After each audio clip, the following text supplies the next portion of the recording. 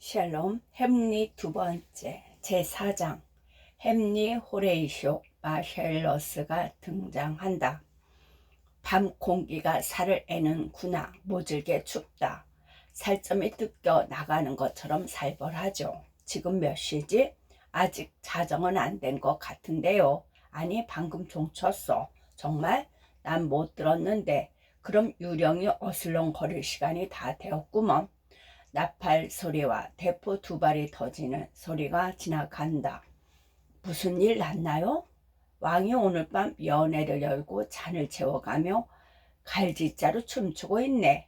그가 라이산 포도주를 한 잔씩 비울 때마다 북소리와 나팔 소리가 맞장구를 쳐주며 단숨에 마셨다고 떠벌리지. 관습인가요? 그렇지. 하지만 나도 이곳 태생이라 날 때부터 겪어왔지만 이런 관행을 지키는 것보다 깨는 게 더 영예로울 거야. 진탕 마셔대는 연애 때문에 우리나라는 온 사방에서 타국의 비방과 비웃음을 사는 거야. 그들은 우리를 술고래니 돼지니 해가며 원색적인 호칭으로 우리의 명성을 더럽히지. 정말이지. 그래서 우리가 아무리 훌륭한 업적을 이루었다 해도 성취의 골자는 온데간데 없게 되는 거야. 심각한 결함을 갖고 태어난 천성이라는 게 날때 선택할 수도 없으니 그들 탓이라고 할 수도 없지만 개인들도 마찬가지야. 특정 기질이 과다해서 이성의 벽을 종종 무너뜨린다거나 특정 습성으로 다른 사람들 눈살을 찌푸리게 하지. 이런 결함이 타고난 것이든 불운으로 얻은 것이든 이 결함 단 하나 때문에 이들이 아무리 덕망이 있거나 뛰어난 재능을 가지고 있다 해도 남들 눈에는 타락한 인간으로 보일 뿐이야. 이 악한 기질 한 방울로 그토록 고귀한 선한 자질들이 죄다 미심쩍어 보이고 형편없는 평가를 받게 된다네. 유령이 등장한다. 왕자님 보세요. 나타났어요. 천사와 목사님 은총을 내려 우리를 보호해 주세요. 그대가 천국의 봄바람을 타고 온 선한 영혼이든 지옥불을 뚫고 온 저주받은 악령이든 그대의 의도가 사악하든 자비롭든 그렇지 알 수 없는 모습으로 나타났기에 말을 걸어보겠다. 나는 그대를 헬릿 선왕, 왕 아버지 덴마크 국왕이라 부르겠다. 오 대답하라. 이유를 몰라서 답답해 속 터질 지경이다. 가톨릭 장례 절차로 성인품을 받아 입관된 시신이 왜 수위를 찢었는가? 분명 우리가 엄숙하게 매장되는 것을 지켜봤는데 왜 무덤은 둔중한 대리석관을 열어 그대를 토해냈는가? 죽은 몸에 절가 무장을 하고 으스레한 달밤에 다시 나타나 우리의 영혼이 미치지 못한 생각들로 진저리 치게 하여 공포의 밤으로 만들고 우리를 바보로 만드는 이유가 대체 뭐란 말인가? 말하라. 왜 그런 것이지? 무엇 때문인지 우리가 어떻게 해야 하는지. 유령이 손짓한다. 유령이 왕자님과 단둘이서만 하고픈 말이라도 있다는 듯이 어디론가 가자고 손짓하네요. 왕자님께서 정중히 손짓하며 왕자님에게 정중히 손짓하며 후미진 곳으로 안내하는 것 좀 보세요. 하지만 따라가지 마세요. 절대 따라가서는 안 돼요. 말하지 않으려 하니 따라가 보는 수밖에. 왕자님 가지 마세요. 두려울 게 뭐가 있겠어. 내 한 목숨 부지하는 것은 하나도 가치가 없어. 내 영혼도 유령과 마찬가지로 불멸일 텐데 유령이 뭐 어쩌겠어. 다시 내게 손짓하네. 난 따라가겠어. 유령이 왕자님을 물살로 유혹하면 어쩌려고요? 무시무시한 절벽 꼭대기로 유인해 바다로 빠뜨리면 어쩌려고요? 또 다른 끔찍한 형상을 취해 왕자님의 이성을 빼앗아 미치게 만들 수도 있다고요. 생각해 보세요. 낭떠러지란 장소가 그래요. 거기서 심연의 바다를 쳐다보고 포효하는 파도 소리를 듣다 보면 별다른 동기 없이도 절망의 늪으로 빨려 들어가게 된다는 거 아닙니까? 아직도 내게 손짓하고 있어. 그래 가시오. 뒤따라 가겠소. 왕자님 가서는 안 돼요. 햄릿을 만류한다. 이 손 놔라. 말 좀 들으세요 왕자님. 가시면 안 됩니다. 내 운명의 외침소리에 내 몸 안에 보잘것없는 근육들이 미미와 사자의 힘줄처럼 단단해지고 있어. 유령이 아직도 나를 부르고 있어. 이봐, 이 손 놓게. 하늘에 맹세코 내 앞을 가로막는 자는 유령으로 만들어 버릴 테다. 이만 물러들라게. 유령에게 앞장서면 뒤따라 가겠다. 유령과 햄릿이 퇴장한다. 왕자님의 환영 때문에 절박해졌어. 날아가 보자. 물러난다고 가만히 복종하는 건 아닌 것 같아. 그래, 무슨 일 때문에 이러는 걸까? 덴마크에 뭔가 구린내가 나. 하늘이 바로 잡겠지. 아니, 우리가 따라가자. 모두 퇴장한다. 제5장. 유령과 햄릿이 등장한다. 나를 어디까지 끌고 가는 거냐? 말하라. 더는 가지 않겠다. 내가 하는 말 잘 듣게. 알겠다. 이제 유황불이 이글거리는 곳으로 내 몸을 맡길 때가 다 되었다. 아, 가엾은 유령이로다. 동정은 거두고 내가 이제 하려는 말을 진지하게 들어라. 말해라. 들을 준비가 되었다. 듣고 나면 복수를 다짐할 것이다. 뭐라고? 나는 네 아버지의 영혼이다. 한동안 밤에는 이승에서 배회하다가 낮에는 살아생전 지은 죄를 다 타오고 정화될 때까지 연옥의 불구둥에 갇혀야 하는 운명이다. 연옥의 비밀을 발설하는 것은 금지하지만 않았더라도 내가 전달하는 가장 가벼운 경험담만으로도 네 영혼은 잘게 부서지고 네 끓는 피는 얼어붙고 네 두 눈동자는 궤도를 이탈한 별처럼 뛰어나오고 가지런히 하나로 묶은 머리는 흩어져 겁에 질린 고슴도치의 가시처럼 한 올 한 올 곤두서게 될 것이다. 하지만 이 영원한 불구덩이는 피와 살을 가진 산 사람의 귀에 전해져서는 안 된다. 들어라. 제발 잘 들어다오. 네 아버지를 정말 사랑했다면 아 하나님 파렴치한 살인의 원수를 갚아다오. 살인이라고? 살인이야. 당연히 끔찍한 범죄이지. 이번 살인이야말로 가장 끔찍하고 기괴하고 극악무도했다. 어서 말해 주시오. 순식간에 사랑에 빠져들어 온통 그 생각에서 헤어나오지 못하는 것처럼 한시바삐 복수에 몰두할 수 있게. 너라면 그럴 줄 알았다. 망각의 레테 강변에 마구 뿌리를 내린 무성한 잡초보다 둔하지 않고서야 이 말을 듣고 가만히 있지만은 않겠지. 햄릿 잘 들어라. 내가 왕실 정원에서 자다가 뱀에 물려 죽었다는 말을 전해 들었겠지. 덴마크 백성들은 하나같이 이런 날조된 사인에 쏘가 넘어갔다. 하지만 귀한 아들, 너는 알아두어라.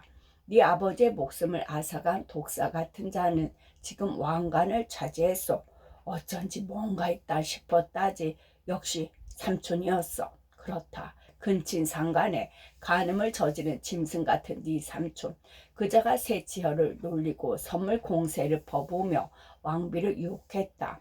능란한 말재주와 선물 공세의 위력이 얼마나 대단한지 내 순결해 보이던 아내가 그의 정욕에 그만 무릎을 꿇고 말았다. 오 햄릿, 어떻게 그렇게까지 추락한단 말이냐. 나는 왕비를 그토록 존중하고 사랑해서 손을 맞잡고 혼인서약까지 했건만 나와는 비교도 안 되는 비열하고 그지없는 악마 같은 놈에게 가버리다니. 하지만 순결이라는 게 음탕함의 천국의 모습으로 구해야 한데도 동요하지 않듯이 욕정이 빛나는 전사와 결혼해 전상의 침대에서 몸을 뒹굴어봤자 결국 쓰레기 더미를 전전할 것이다.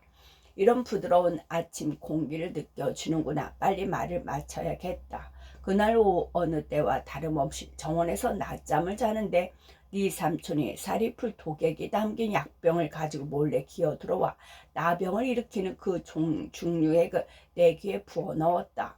그 독은 사람의 피와는 상극이라 수은처럼 바르게 퍼져 정맥과 동맥을 통과하여 우유에 식초를 드릴 때 그것처럼 맑고 건강한 피를 엉겨 붓게 했지. 맹독의 효과가 직방으로 나타나고 내 부드러운 피부는 온통 보기 흉한 부스럼과 습진으로 뒤덮였다. 그러니까 나는 자다가 난데없이 동생 손에 생명도 왕관도 아내도 한꺼번에 빼앗겼고 내 죄가 만개했을 때 꺾인 터라 영성체도 못 받고 고해 성사도 못하고 종부 성사도 못 받고 내 모든 결함은 머리에 인채 심판대로 보내줬다. 아 끔찍하고 끔찍하다. 이보다 끔찍할 수는 없다. 네가 아버지에 대한 효심이 아직 남아있다면 참지 마라. 덴마크 왕의 침상에 현란한 욕정의 잠자리로 더럽혀져서는 안 된다. 하지만 아무리 복수를 강행하려 하더라도 네 마음을 더럽히거나 어머니를 단죄하려는 마음을 품어서는 안 된다. 어머니는 하늘의 뜻에 맡기고 양심의 가책에 찔리게 내버려 두어라. 이제 헤어져야겠구나. 반딧불이 빛을 잃어가는 걸 보니 아침이 가까워진 모양이다. 잘 있어라, 잘 있어. 날 기억해 다오. 유령이 퇴장한다. 하늘이여 땅이여 또 뭐가 있지? 지옥과도 연합해야 할까? 에이, 심장아 견뎌라 견뎌. 너 근육도 갑자기 축 늘어지지 말고 나를 꼿꼿이 지탱해 다오. 당신을 기억하라고요? 아 불쌍한 유령이여. 이 산만한 머리통 한 구석이라도 기억이 자리 잡고 있는 한 그렇겠어요. 당신을 기억하라고요? 네, 내 기억의 공책에 그토록 기록한 모든 자질구레한 추억의 기록들, 양서의 경험들, 어린 시절의 모든 영상과 감흥을 싹 다 지워버릴 거예요. 그래서 다른 하찮은 것들과 섞이지 않게 당신의 명령만 내 머릿속 기억의 공책에 남아있게 할 거예요. 그래요. 하늘의 단죄를 맡길게요. 배반의 여자 같으니 아 악당 중 악당, 웃음 짓는 파렴치한 악당이라니. 내 공책이 어디 있지? 확실히 적어둬야겠어. 웃고 또 웃어도 여전히 악당이라는 것을. 적어도 이 덴마크에서는 웃으면서도 악당이 되는 게 가능하지. 햄릿이 쓴다. 삼촌 그래 당신 여기 똑똑히 써두었다. 이제부터 내 좌우명은 잘 있어라 잘 있어 날 기억해 다오다. 난 그렇겠노라고 맹세했다. 호레이쇼와 마샬러스가 등장한다. 왕자님 왕자님 햄릿 왕자님 하나님 왕자님을 지켜주세요. 그리하소서. 허이 왕자님 허이 친구들 여기야 여기. 왕자님 어떻게 된 거예요? 대체 무슨 일이에요? 와 놀랄만한 일이야. 말씀해 주세요. 아니 너희가 발설할 거야. 하늘의 맹세코 전 안 그럴 거예요. 저도 안 그럴 겁니다.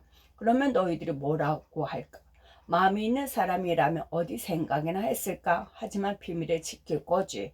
마실러스 네 하늘에 대고 맹세해요. 덴마크에 사는 악당치고 극악무도하지 않은 악당은 없네. 유령이 우리에게 그런 말이나 해주려고 무덤에서 나올 필요는 없을 것 같네요. 그래 맞아. 자네 말이 맞지. 그래서 더는 돌려 말하지 않고 이쯤에서 그냥 악수하고 헤어지는 게 맞을 것 같네. 자네도 볼 일이 있고 하고 싶은 게 있는 것 같으니. 누구나 볼 일과 하고 싶은 게 있게 마련이니까 별 볼 일 없는 나는 기도나 하러 가야겠어. 왕자님 무슨 말씀인지 도무지 종잡을 수 없네요. 기분 상했다면 진심으로 미안하네. 정말 진심으로. 기분 상할 것까지야. 성 패트릭의 맹세코 기분 상할 법하네. 호레이쇼. 여기서 본 그 환영은 정직한 유령이라는 걸 말해두지. 우리 사이에 무슨 일이 있는지 알고 싶겠지만 가능하면 그 궁금증을 억눌러 주게. 좋은 내 친구들, 자네들은 친구이자 학자이자 군인이니 내 보잘것없는 부탁 하나 들어주게. 무슨 부탁인데요? 말씀하세요. 오늘 밤 봤던 것을 절대 알리지 말게. 마셜러스 왕자님 안 그럴 겁니다. 아니 맹세하게. 진심으로 발설하지 않을게요. 저도 진심으로 발설하지 않겠습니다. 내 칼에 대고 맹세하게. 왕자님 우리는 이미 맹세했습니다. 칼에 대고 분명하게. 무대 아래서 외친다. 맹세하라. 하하 맙소사. 그대가 그리 말한 건가요? 정직한 친구 그 아래 있소? 다들 지하에서 저리 부탁하는데 들어주게나. 맹세하는 게 동의하게. 맹세하는데 동의하게. 왕자님이 그런 맹세를 제안하세요. 오늘 밤에 본 것을 절대 발설하지 않겠다. 내 칼에 손을 얹고 맹세하게. 맹세하라. 동해 번쩍 서해 번쩍이군. 그럼 우리가 이동하는 수밖에. 다들 여기로 오게. 다시 한번 칼에 대고 맹세하게. 오늘 밤에 본 것을 절대 발설하지 않겠다. 무대 아래서 칼에 대고 맹세하라. 전쪽을 오른 말이야. 늙은 두더지. 어떻게 그렇게 땅속에서 손살같이 이동할 수 있지? 대단한 개척자로군. 친구들 다시 한번 자리를 옮기지. 오, 끝없이 쫓아오는군. 정말 기이한 일이야. 그러니 기인을 만났다고 생각하고 반겨주게. 이 하늘과 땅에는 자네 철학으로는 꿈도 꾸지 못할 많은 일이 벌어진다네. 이제 다들 이리 와서 조금 전에 맹세했던 것처럼 내게 자비를 베풀어 주게. 내가 아무리 이상하고 기이한 행동을 하든 아마 어쩌면 지금부터 괴상한 기질을 보여줘야 할 필요가 있다고 생각되면 그럴 걸세. 그럴 때 나를 보더라도 팔짱을 끼거나 고개를 끄덕이거나 우린 다 알지. 우리가 하려고 들면 말할 수 있지. 말하기로 작정한다면 말이야. 말할 만한 사람도 있지와 같은 의심스러운 말들을 내뱉는다거나 내가 왜 그러는지 알 것 같다는 애매모호한 표정을 짓지 않겠다고 맹세해 주게. 그러면 자네들이 가장 필요한 순간 은총과 자비의 도움을 받을 것세. 무대 아래에서 유령이 맹세하라. 심란한 영혼이여 이제 좀 쉬게나. 친구들, 우정을 잔뜩 담아 자네들에게 고마움을 표하네. 그리고 이 별 볼 일 없는 햄릿이 할 수 있는 것이라고는 사랑과 우정을 자네들에게 신의 뜻으로 부족함 없이 표하는 것일 거야. 함께 들어가지. 부탁인데 손가락을 입에 꼭 대고 함구해 주게. 모든 게 어긋난 채로 시간이 가고 있어. 아, 저주받은 내 운명. 난 그걸 바로 잡으려고 태어났구나. 자, 함께 들어가지. 모두 퇴장한다. 제2막 제1장 폴리니우스가 하인 네일라도와 입장한다. 네일라도 돈과 편지를 아들한테 전달해 주게. 그러겠습니다, 주인님. 네일라도 아들을 만나기 전에 어쩌고 다니는지 아들이 눈치 못 채게 기민하게 한번 알아보게. 저도 그러려고 했습니다. 좋아, 잘했네, 잘했어. 그런데 먼저 파리에 있는 덴마크 사람들이 어떤 사람들인지, 어떻게 살고 신분이 어떤지, 수입은 어느 정도고 사는 곳은 어디고 누구랑 친하고 씀씀이는 어느 정도인지 좀 알아보게.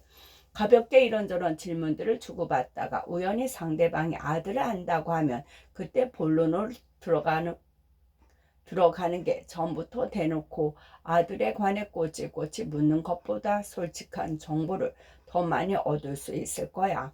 아들을 건너 알고 있다고 해봐. 가령 그의 아버지와 그의 친구들과 친분이 있어. 나도 그를 조금은 아는데 라고 하든지. 내일 날도 내 말 무슨 말인지 알겠나? 네, 잘 알아들었습니다.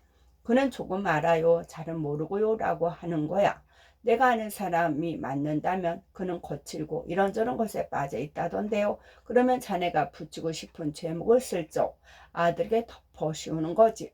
그렇다고 지나치게 불명예스러운 제목은 곤란하네. 그 점을 주의하게. 친구도 그렇고 대부분 젊고 자유분방한 사내들이 그렇듯이 바람기가 있다거나 거칠고 고삐 풀린 것 같다거나 하는 정도가 적당하지. 노름 같은 거 말이죠, 주인님? 그래. 아니면 음주, 칼싸움, 욕설, 쌈박질, 계집질까지도 괜찮아. 그런 건 아드님 이름에 먹칠하는 것 같은데요. 아니야. 자네가 어떻게 요리하느냐에 따라 다르지. 양념을 너무 뿌려대서 아들이 난데없이 호색하니라는 식의 소문이 휩싸이게 해서는 곤란해. 그건 내 본의와는 달라. 그러지 말고 아들의 결점을 드러내되 그런 결점이 그저 젊은이의 흔한 자유분방함의 흔적이고 불같은 열정의 섬광과 폭발이며 물불 안 가리는 끓는 피에 저돌성처럼 보이게 잘 요리해 보라는 거지. 하지만 주인님, 대체 왜 이렇게까지 하느냐는 거지. 네, 이유 좀 알 수 있을까요? 좋아, 내 작전을 알려주지. 나는 이게 기발한 전략이라고 생각하네. 자네가 내 아들이 성인이 되어가는 과정에서 약간 흠집이 생겼다는 정도로 가볍게 흉보면서 대화 상대를 슬쩍 보게. 아들이 진짜 자네가 모략한 그런 비행을 저지르고 다니는 것을 보았다는 확신이 서면 그 상대는 자신이 자주 쓰는 표현이나 출신 성분과 배경에 따라 경 아니면 친구 아니면 신사라면서 자네 말에 맞장구를 치겠지. 멋진 작전인데요, 주인님. 그러고 나서 경, 그게 이렇게 하고 그가 하고 내가 무슨 말을 하려고 했더라? 뒤죽박죽이네. 내가 무슨 말을 하려던 참이었는데 어디까지 했더라? 친구 아니면 신사라면서 맞장구를 치겠지 해서 끊겼어요. 맞장구를 치겠지 해서 그래 맞아. 상대는 이런 식으로 반응을 할 거야. 나도 그 신사분 아는데 어제도 봤어요. 라든가 그저께 아니면 언젠가. 당신 말 맞다나 노름하고 있던데요. 라든가 고주망태가 되었더라고요. 라든가 정구 치다가 싸움에 말려 들었어요. 라든가 어쩌면 뭘 파는 집으로 들어가는 것을 봤어요. 이를테면 사창가나 뭐 그런 곳을 말이야. 그런 식으로 자네의 작은 거짓말을 미끼 삼아 진실이라는 잉어를 낚아 올리는 거라네. 따라서 우리 같은 사람들은 간접적인 방식으로 목적을 알아내고 무거운 진실을 낚아 올리고 편견을 걸러내면서 지혜와 지식을 얻는 거지. 그러니 내가 좀 전에 얘기한 조언대로 내 아들을 잘 살펴주게. 알아듣겠나? 뭘 알아듣겠나? 잘 알겠어요. 하나님이 함께하길. 잘 다녀오게. 네, 주인님. 자네 눈으로도 아들 마음이 어디를 향하고 있는지 좀 잘 관찰해 주게. 그러겠습니다. 그리고 본인이 연주하려는 대로 놔두게. 네, 주인님. 잘 가게. 내일 날도가 퇴장한다. 오피리아가 입장한다.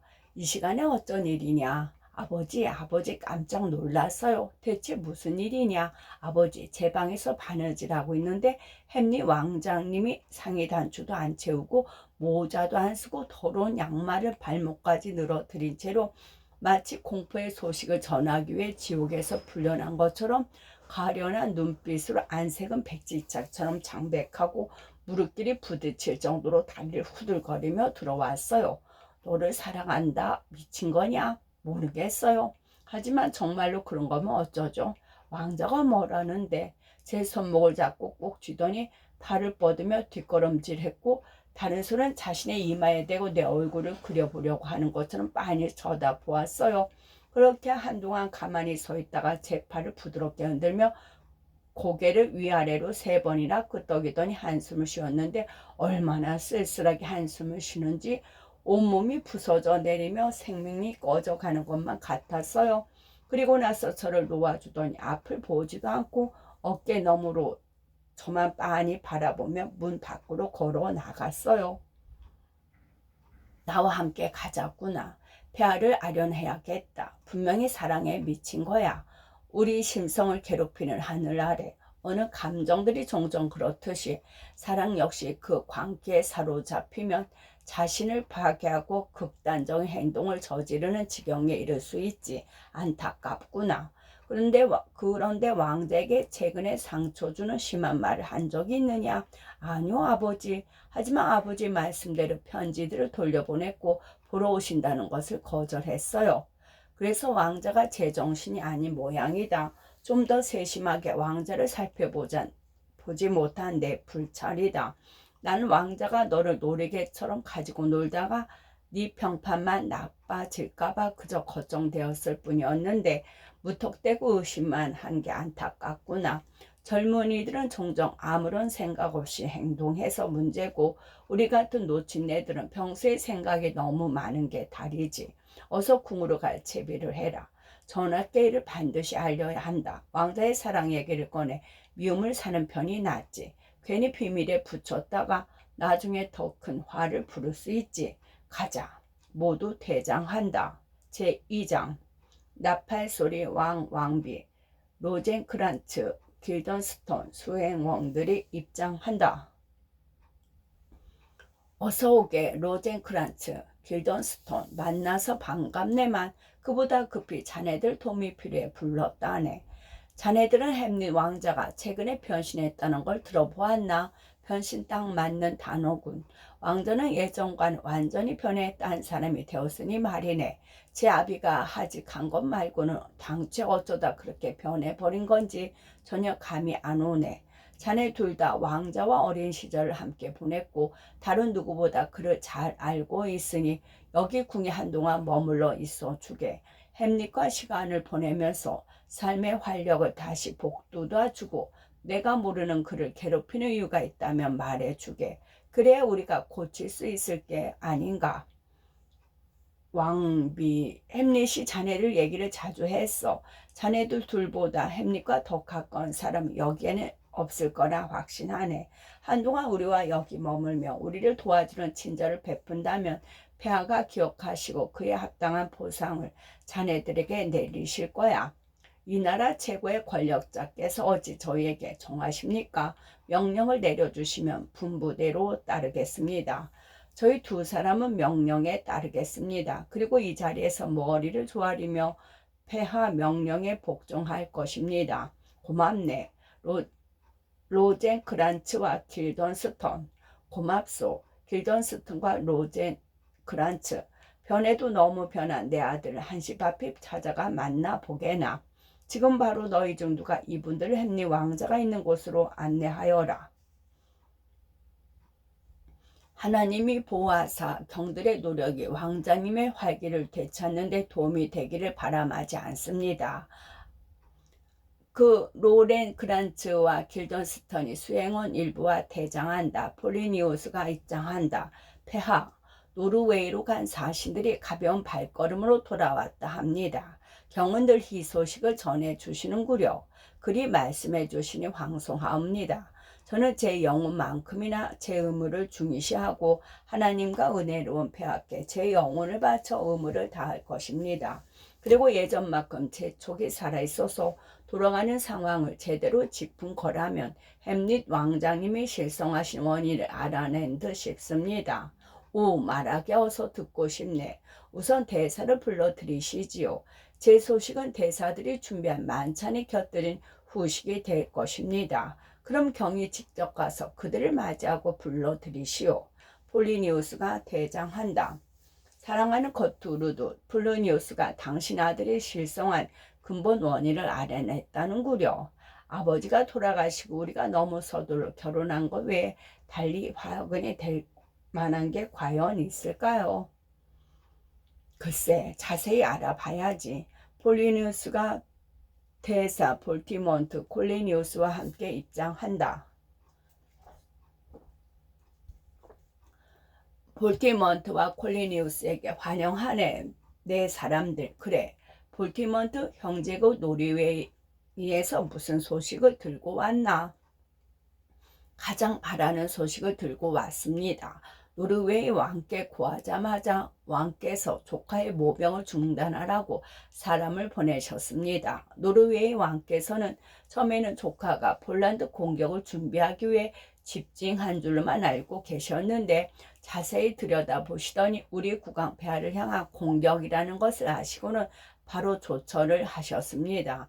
병들고 나이 들고 무능해서 생긴 일이라며 슬퍼하시고는 사람들을 보내 푸틴 블라스를 잡아들였습니다. 그는 노르웨이 왕을 꾸짖음을 듣고 나서 명령대로 다시는 폐하에 대항하여 군대를 소집하지 않겠다고 순순히 맹세했습니다. 이에 노르웨이 왕이 흐뭇해하시며 조카에게 연금 3,000 크라운을 하시겠다고 했고 사전에 징집한 군대로 폴란드를 치도록 허락하셨습니다. 그리고 폐하께 간청하는 내용이 여기 담겨 있는데 서신을 건네며 폴란드로 쳐들어가기 위한 군대가 덴마크 영토를 통과해 갈 수 있도록 길을 내주십사 부탁하셨습니다. 안전보장과 허가에 관한 상세한 내용은 여기 적힌 대로입니다. 과연 좋은 소식이로군. 나중에 따로 조용한 시간에 서신을 읽고 내용을 곰곰이 따져보고 답신하겠네. 일이 잘 처리해 주어 고맙네. 그만 가서 쉬게. 오늘 밤 연애를 준비할 테니 함께 즐기지. 무사히 잘 귀국했소. 볼티몬드와 코렐리우스가 퇴장한다. 일이 잘 마무리되어서 다행입니다, 폐하. 그리고 왕비마마, 군사의 권위와 의무가 무엇인지를 하나하나 설명하려고 낮은 왜 낮이고 밤은 밤이며 시간은 시간인지 들먹이는 것은 낮과 밤 시간 낭비에 불과합니다. 따라서 강렬함이 지혜의 본질이지 장황함은 격가지와 거치장이기에 요점만 말씀드리겠습니다. 마마의 고귀한 아드님은 실성하셨습니다. 제가 실성이라고 했는데 실성을 정의하기 위해 실성을 실성이라고 말한 것 외에 별 수 있겠습니까? 그렇게 넘어가는 수밖에요. 말 재주는 그만 부리고 본론으로 들어가시죠. 마마, 맹세코 말재주 부린 게 아닙니다. 왕자님이 실성했다는 것은 사실입니다. 사실이고 즉은하고 사실이라는 게 즉은하죠. 말하고 보니 바보 같네요. 말재주는 부리지 않겠다고 했으니 거두절미하고 본론으로 들어가겠습니다. 왕자님이 실성했다는데 동의하신다면 이제는 이런 작용의 원인을 찾아내야겠죠. 실성이라는 게 원인에 의해 발생한 부작용이니 작용보다는 부작용의 원인이라고 하는 편이 낫겠네요. 아무튼 원인을 밝히는 것만 남았습니다. 그 남은 일을 제가 지금부터 말씀드릴 테니 잘 들어보시기를 바랍니다. 소신에게는 딸 자식이 하나 있는데 품 안에 있는 동안만 제 자식이죠. 부모에 순종하고 자식된 도리를 다하는 애라 보세요. 제게 이것을 주었답니다. 이제 잘 들어보시고 짐작해 보십시오. 편지를 읽는다. 천상의 모습을 한 나의 영혼의 우상, 가장 아름답게 된 오피리어, 아름답게 된 이라니 편이 서툴군요. 어휘력이 형편없어요. 하지만 계속 읽겠습니다. 편지를 계속 읽는다.